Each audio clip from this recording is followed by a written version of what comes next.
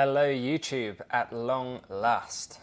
It's been quite some time since I put out an update on YouTube, partly due to some other life commitments that I have, but also because I've tried really hard not to get caught up in making videos for the sake of it, just to please the algorithm. I'd much rather put the videos together when I feel as if I have something really valuable to share. Needless to say though, I do wish I'd been able to put together a few more videos in the past few months, so it's given me a massive amount of respect for those people who manage to put them out consistently. I also really appreciate those of you who have been in touch to ask if this is something that I will continue to do, as it gives me the opportunity to commit to it further, and there's really nothing like some extra accountability to encourage you to get on with something. So as it has been a while, I thought I would begin with some updates on my current training level, progress I've made, and what else I've been up to since the last video in April. I've had a bit of a wrist injury or some troubles with my left wrist and forearm. It was mainly during April and May, which interrupted my training a bit, but I'm pretty confident that I've rehabbed it fairly effectively, and now the approach that I have should allow me to continue training and not have it cause too much of an interruption again.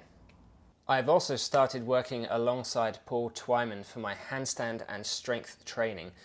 Now, I always had the plan to pay for coaching at some stage during the year, but I think the injury that I had and a little bit of time off from some of the training made me realise that actually the best time to sign up is right away. The sooner I get started with a coach, the sooner I'm going to benefit from it. I have to say that every time I have hired a coach or a teacher for learning anything, so whether it's training related, learning a language or anything else, I'm always reminded just how valuable it is to have someone who is significantly more experienced and knowledgeable than you to be there to help guide you and for you to learn from. I am someone who really enjoys figuring things out. It's in my nature to solve problems and to go looking for solutions by digging up information and knowledge that will give me the answers. But I think there's also a danger in continuously searching for the next best solution, when in fact the best approach can sometimes be the simplest one that you stick to. So having someone else to take care of the programming can be really beneficial in this respect. I'm also not afraid to say that I quite enjoy a pat on the back too. The journey in developing physical strength and learning abilities in this matter, in my eyes, is as much of a journey as uncovering your personality traits and what it is that really drives you. And I find for me, having someone to be accountable to who is able to provide honest, critical feedback and some congratulations when it's necessary is probably just as important as the training guidance itself. So I've just finished my second week of training with Paul's program. So I'm going to have a look at the progress that I've made since my last video in April and how far I've come since the beginning of the year. Before I give specific training updates, I want to talk a little bit about the wrist injury that I've had, because I know that this is something that we will all have to deal with and we're likely to encounter at some stage. So I'm not someone who believes in complete rest and immobilizing the affected area. We're gifted the phenomena of sleep, meaning that if you get it right, I think you should spend about a third of your time in this deeply restorative state that should cover most of your needs for recovery. Having said that, I also believe that carrying on idly without any awareness for the injury that you have is a recipe for disaster. So I've started taking a three-pronged approach to any injury. The first of these is by working directly on the impacted area. So this could be through soft tissue manipulation or massage, but also lots of very specific, targeted, low-level, high-volume training that will encourage a lot of blood flow to the area. And if it's also appropriate, then I think there are some arguments to use heat and cold exposure. The second is by working with it. This essentially means continual training, but using appropriate regressions for the exercises to ensure that the area still receives sufficient stimuli for growth and recovery, but without compounding the issue. Essentially, I think this is similar to trying to avoid bad habits in the first place. So using the example of the painful wrist, I found that the highly unpredictable and variable load that freestanding handstands can place on the wrist was likely to cause me quite a lot of pain and discomfort in some of the sessions. But a lot of the wall drills are far more predictable and allowed me to have more control over the amount of stress that is placed on the wrist. And finally, the third approach is by working around it. So it's there and it's honestly only going to improve with time and patience. So I think it's a great opportunity to shift the focus in your training elsewhere. For me, I found that the wrist issue really didn't prevent me from doing any pulling training, so I was able to put a bit more effort into the front lever work, which was great. So the other thing that I feel like I have to point out, having read the book The Challenge of Pain by Ronald Melzack and Patrick Wall, is that the relationship between pain and injury is highly variable, meaning that the signals that your body is sending you are not necessarily a good representation of what is going on.